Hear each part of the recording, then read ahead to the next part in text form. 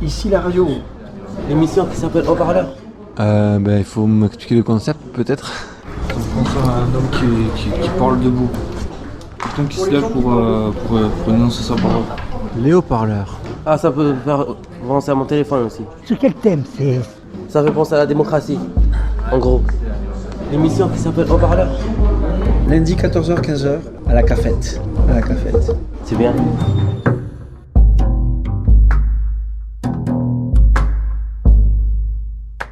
C'est MC Kid, Gwen. Nathalie. Julien. Coralie. Et moi qui est français. Continuito. Comment tu vas et où t'en es? Maintenant, j'ai envie d'écrire un livre. C'est-à-dire? Ça parle de tout. Ça parle de Paris. Pourquoi? C'est bien là-bas. T'as quoi comme souvenir à Paris? Mes copains, Dans quel quartier? Romainville, Et t'avais quel âge? 4 ans. Je me rappelle plus, c'est vague, je me rappelle plus. Alors c'est quoi les images que tu as? Je jouais avec un copain, enfin sa mère m'a fait à manger. Quand j'étais petit. Voilà, j'ai rien d'autre à dire. T'as commencé alors? J'ai commencé. Je suis à 4e pas. Ah super ça. Pourquoi tu viens pas en musicothérapie? Je sais pas, j'avais envie de jouer de la guitare, elle a pas voulu. Elle a pas voulu. J'aimerais bien jouer de la guitare. Hein, de la guitare. T'as pas de guitare toi? Si, Bah, tu peux l'amener hein, ce truc-là. elle veut pas. Elle veut pas? Moi j'ai dit d'écouter mes textes et elle m'a pas rappelé. Ah C'est ça. ouais, mais t'es... La musicothérapeute? Ah oui, non. T'es pas venu pour ça. Non. T'es pas venu. T'as oublié. T'as oublié. Je me suis senti mal à l'aise. En plus j'avais raté jeudi et vendredi. Mais j'ai participé vendredi là, au 15. Tu faisais quoi? Ben, on a chanté, on a d'abord créé des chansons, écrit des chansons. Il y avait une chanson sur le métro et une chanson sur le métissage. Et ça parlait de moi justement. Et c'est Monsieur Ben qui nous a aidé à faire les paroles. On a créé 2 chansons et on les a chantées ici, à la cafétéria. Il y avait du monde? Il y avait du monde, ouais. Et la chanson raconte quoi? Sur le métissage? Mais je l'ai pas là, dommage. Eh ben, elle parle des différences entre les étrangers, entre les handicapés, entre tout le monde quoi. Tout le monde a des différences. On est tous différents. Parce que non seulement je suis métisse, mais en plus je suis malade. Alors ça fait quand même beaucoup quand même. Hein. Le plus difficile, c'est de savoir où on en est. Parce que quand on va mal, on se dit que ça sera toute notre vie. Et quand on va bien, on se dit que ça sera toute notre vie. Alors quand on est entre les deux, on ne sait pas trop où on est. Et il faut trouver des tactiques pour s'observer de l'intérieur. S'interroger, prendre du temps pour réfléchir et voilà. Moi ce que je travaille en ce moment c'est de regarder mes défauts pour accepter ceux des autres et établir de meilleures relations avec les gens, pas dire des gens qu'il faut qu'ils changent, mais dire que la relation doit évoluer. Notre relation par rapport à l'un à l'autre. Et comment on peut faire pour que la relation évolue? Déjà, analyser la situation, premièrement. Deuxièmement, établir, après avoir analysé, étudier cette analyse pour en sortir des directives à prendre pour analyser ce qui va pas et prendre des directives par rapport à ça. Et ensuite mettre en place. Parce qu'on est fragile, nous. On est fragile. Sensible, très sensible. Ouais. Déjà, on est fatigué par la maladie. déjà. Il faut souvent se coucher assez tôt parce que sinon le lendemain on n'est pas bien. Voilà. Moi, ce que j'ai remarqué, c'est que chez moi, particulièrement, j'ai tellement une de pression à ce qu'on me dise que je dois être une personne normale que j'ai tendance à oublier que je suis malade et qu'il faut que je prenne soin de moi. Et je vis tout le temps à fond les ballons et quand ça commence quand mon corps commence à plus suivre et la tête aussi, ben, je plonge dans une déprime parce que je me rends compte que je ne suis pas capable de tenir un rythme auquel on voudrait que j'aille.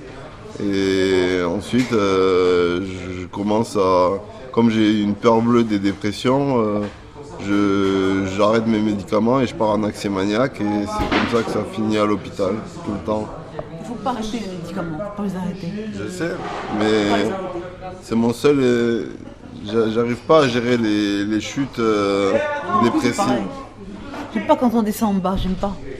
Du coup, moi, pour gérer mes chutes dépressives, j'arrête mes médicaments et paf, je remonte. Mais je remonte trop haut. Mais je préfère faire un accès maniaque que faire une dépression. Après, maintenant, actuellement, j'essaie de gérer mes déprimes pour plus tard gérer mes dépressions. C'est comme au mois d'octobre, avant que je fasse l'accès maniaque, j'ai essayé de gérer mes grosses angoisses sans prendre de médicaments autres que ceux, sans utiliser de si besoin, pour gérer mes angoisses et ensuite savoir gérer les plus grosses angoisses. Parce que si on ne s'entraîne pas à gérer nos angoisses, nos petites angoisses sans médicaments, après pour gérer les grosses, c'est pas possible. Et c'est quoi un accès maniaque? Vous parlez d'accès maniaque? Un accès maniaque, c'est une montée d'euphorie mélangée avec des bouffées délirantes, avec de la paranoïa, avec du mal à dormir, de l'hyperactivité, de l'hypermobilité. D'accord. Et du coup, tout ça mélangé, ça fait... moi, comme je suis assez... j'ai des délires un peu particuliers. Je passe à l'action en général. Et ça se barre vite en couille, quoi. Et après, on se retrouve comme un légume à l'hôpital, attaché. Moi, j'ai jamais été attachée. Heureusement pour moi. En général, J'étais en ZF, mais j'ai pas été attachée. Et au contraire, on m'a aidé quand j'étais au fond. On m'a aidé. oui, mais je dis pas qu'ils aident pas, mais c'est sur le moment, on a tendance à repousser les aides parce qu'on est contraint d'être enfermé et on n'apprécie pas ça. Donc les infirmiers sont nos ennemis et on a tendance à croire ça et du coup... Au début, moi je croyais, mais maintenant je crois plus à ça. Ils sont là pour nous aider. Oui, mais quand tu es délirant, paranoïaque, tu crois que tu peux croire tout et n'importe quoi. Maintenant, je comprends bien que les infirmiers, avec la situation dans laquelle ils sont, ils feraient pas ça, ils changeraient de métier s'ils n'aimaient pas leur métier. Parce que c'est pas évident, et ils n'ont pas beaucoup de moyens. Et c'est pour ça qu'ils sont en grève. Et voilà. Et ça fait peur, ça, la grève. Ah ouais. Ça fait peur. Moi, j'ai peur qu'ils arrêtent de faire fonctionner certains pavillons. D'accord. J'ai peur. On va aller où si nous enlèvent un pavillon, on va aller où? Tu sais qu'on va aller. Mais si on fait une grève, c'est pour aller mieux. Pourquoi cette grève, ils sont en train de faire cette grève? Ils sont fatigués, ils sont épuisés. Aussi, ils veulent enlever des lits, non? C'est ce que j'ai compris. Enfin, des places, quoi. Ils veulent enlever des places. J'espère qu'il va y avoir qu'il va y avoir quelque chose. Que ça va s'améliorer, je sais pas moi. On ne peut pas rester comme ça, c'est pas possible. Sinon, c'est qu'ils vont aller les malades. Qu'est-ce qu'ils vont faire les malades? Qu'est-ce qu'ils font les malades? On leur donne les douches le matin et le petit déjeuner et tout ça. Et je connais bien. Ça fait 8 ans que je suis à l'arrêt, j'ai commencé. Avec un ordier, nettoyage, monsieur ça. Voilà, jardinage, momo. Écoute, Et vous ressentez le manque de moyens? Ça se ressent, ça se voit. Moi, ça se ressent. ouais, moi, c'est pareil, ça se ressent. Hein. Ah, Nicolas. Quand il... Sauf des fois quand certains s'énervent des fois, mais on ne le ressent pas. Moi je le ressens pas. Moi, déjà, les matelas, ils sont pourris pour dormir. Ah ben ça, D'abord, c'est pas vrai. trop, ouais. Ensuite, quand vous êtes enfermable, il y a toujours... on vous laisse tout seul pendant 50 minutes. Et il y a un roulement au niveau des infirmiers qui se fait toutes les 50 minutes. Et du coup, on a un quart d'heure de pause et c'est tout. Enfin, de pause, on a le droit d'aller un quart d'heure dehors fumer la clope. Même pas 10 minutes, top chrono, quoi. Ça, c'est pas normal. Ensuite, quand on est en ouvrable, il n'y a pas possibilité vraiment d'avoir des entretiens infirmiers. On a juste l'entretien avec la psychiatre 2 fois par semaine. Et 2 fois par semaine, c'est pas assez avec la psychiatre. Enfin, et au niveau de... Moi, je serais pour qu'il y ait des éducateurs spécialisés dans les unités pour qu'ils fassent des activités ensemble. Parce que là, on est livré à nous-mêmes, on ne fait pas d'activité. Les infirmiers, ils n'ont pas le temps. Tu peux venir ici, il y a des activités. Ouais, mais... Tu peux faire du sport, tu peux faire tout ce que tu veux, de la marche. Ouais, mais il faudrait qu'il y ait un cocon aussi au niveau du pavillon pour développer des affinités entre les patients.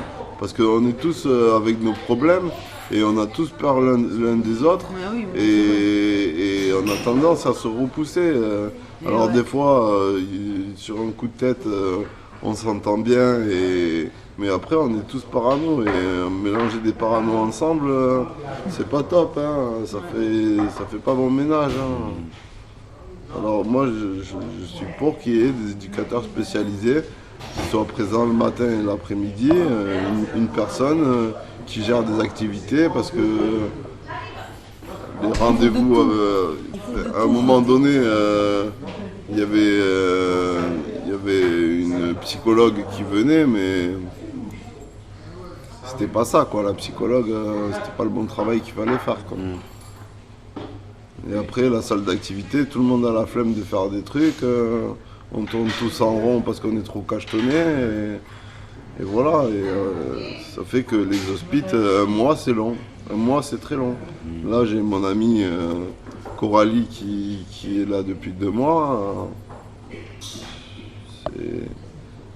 La cafette, elle ferme à 16h. De 16h à 18h, il n'y a rien à faire.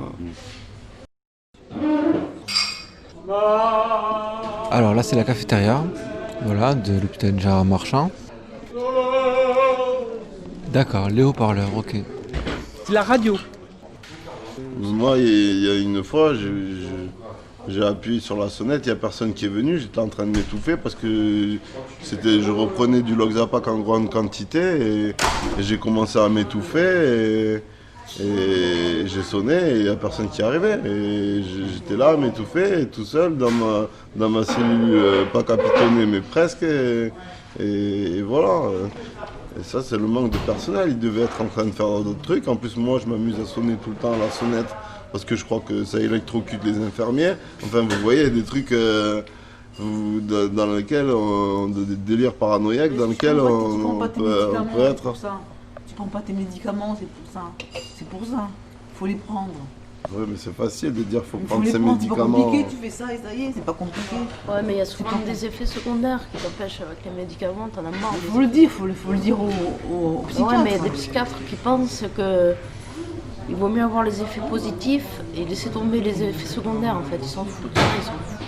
Ils s'en foutent pas. On n'est pas tous égaux devant la maladie, devant Il faut un environnement psychosocial qui soit correct aussi. Qui t'aide. Le médicament, c'est un maintien. C'est un maintien. On te garde la tête hors de l'eau. Mais après, si tu veux rejoindre la terre, il faut nager. Et il faut arriver à nager jusqu'au bord pour être sauvé. Et c'est tout. Si tu veux avoir une bonne vie, il n'y a pas que les médicaments qui comptent. Il y a tout ce qui entoure ta vie, ton appart, tes amis, ta famille, tes activités, ton sport. Ils proposent on appelle, je sais pas moi, des gens genre centre post-cure. Je sais pas ce qu'il y a, moi, d'autres plusieurs centres. Centre après, centre post-cure. Justement, c'est qu'il y a plus d'infirmiers pour mieux te prendre en charge. Non mais ouais, les médicaments c'est une chose, mais il y a aussi le fait que quand on n'est pas bien, on a l'impression que ces médicaments nous empoisonnent parce qu'il faut pas rêver, hein, ça modifie le taux de, ça modifie le métabolisme, ça modifie la salive. Si on s'occupe pas vraiment de ses dents, on a les dents pourries. Partout pareil. Non mais ça modifie la salive, la teneur en bactéries. Non mais c'est pas ça. La salive elle est pas comme on dit là. C'est pas pour la bouche sèche, c'est par rapport à ça modifie une teneur dans la bouche et ça t'attaque les dents. Ça t'attaque plus les dents. Ah bon? Mais oui. Mais c'est pour ça que tout le monde a les chicots pourris ici. J'ai failli m'étouffer, ça rend impuissant. Le psychiatre, t'as dit de sortir là ou c'est toi qui es parti tout seul? Le psychiatre, il m'a laissé T'as partir. laissé partir parce que t'as voulu. Mais oui, mais pas parce que quand je suis en crise, je veux qu'une chose, c'est la liberté. Et c'est pourtant pas ce qu'il faut faire. C'est rester ici, au contraire, c'est rester là. Oui, mais mets-toi à ma place. Je suis pas à ta place. Quand t'es enfermé, t'as juste envie de sortir. Et toi, t'es en confiance ici? Bon. Pourquoi bof? Parce que j'ai mal les effets secondaires. T'as quoi comme effet secondaire? Mais je me fais pitié. Ouais, c'est pas marrant. Moi je pense aussi, vraiment, après une crise, il faut faire de la réhabilitation mentale. C'est ça. Et ça, on nous apprend pas vraiment. Tu appelles, c'est quoi ça? Ben, par exemple, quand tu vas faire une crise paranoïaque, bouffée délirante, tu vas avoir l'esprit d'une qui va aller très très vite. Et ça fait que tu vas faire des associations de ce que tu vis, avec ce que tu entends, avec ce que tu penses. Et ça fait tout un micmac qui va très très vite, qui va à 100 000 à l'heure, qui fait que tu as l'impression d'être parfaitement synchronisé dans... Enfin moi c'est ce que ça me fait, t'es synchronisé avec ce qui t'entoure et tout va à 1000 à l'heure quoi. Et quand tu redescends, ben, il faut réapprendre à vivre lentement, il faut réapprendre à... C'est surtout ces idées, comment les traiter. Parce que moi, quand je suis sorti de l'hôpital, là, j'ai fait 2 semaines de bouffées délirantes, après je me suis calmé. Et ensuite, j'ai commencé à faire des vérifications, à voir si mes délires étaient vrais ou faux. Et ensuite, quand j'ai vu que ça marchait plus en synchronicité, qu'il y avait des bugs dans ce que je pensais, ben, j'ai commencé à démonter la théorie du fait que j'étais délirant. D'une, ça m'a traumatisé parce que je me suis rendu compte que ben, j'étais pas un super-héros. Et de deux, il a fallu que je réorganise mon mode de pensée pour traiter l'information que je vois, que je perçois, que j'entends, que je ressens, etc. Et ça, on le fait pas. On le fait avec une psychologue, mais enfin, il n'y a pas de... il n'y a pas de spécialisation, quoi. Et je pense que vraiment, il faudrait que quelqu'un, qu'on trouve parce que c'est avoir des pensées positives, ça se travaille. Combattre ces pensées, ces TOC, ces troubles obsessionnels compulsifs. Moi, je pense que j'ai des TOC dans la tête, des TOC de Côté, tout ça. Côté, saleté. Non, des TOC d'association, des TOC de... Par exemple, si j'entends un oiseau et que je vois un oiseau, je vais associer les deux et je vais dire il m'arrive des trucs paranormaux ou des TOC, je vais commencer à marcher que sur les lignes ou je vais voir des carrés et du coup ça se travaille avec la psychologue, mais on ne travaille pas assez. Il n'y a pas que à l'hôpital qu'il n'y a pas assez de moyens. Il y a aussi au CMP, au centre médico-psychologique, où moi je vois qu'une fois par mois, la psychiatre. Alors que quand on a un HP, on la voit 2 fois par semaine. Et ça y est, vous sortez, déjà le rendez-vous il est à Perpète, vous sortez, moi je suis sorti le 12 février, j'ai eu un rendez-vous le 4 mars, et qui a été reporté au 14, en plus. Donc vous voyez, vous êtes livré à vous-même, parce que vous avez décidé de reprendre votre liberté, et que l'hôpital ça vous casse les couilles. Voilà, et du coup, il y a ce manque de moyens aussi à ce niveau-là. Oui, un petit dernier mot. Merci. Bonnes vacances, bon été, bon courage à tous. Je vous remercie pour tout. À la prochaine peut-être. Au revoir. J'espère ne plus vous revoir. J'espère, je veux plus, j'ai pas envie. Et j'espère que vous continuerez à faire votre émission parce que c'est une émission qui est très bien, qui est très intéressante. Les gens au moins vont s'ouvrir, peut-être entendre des choses qu'ils ne connaissent pas.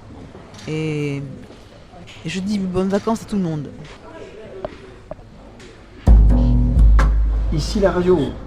L'émission qui s'appelle Haut-Parleur. Lundi 14h-15h à la cafette.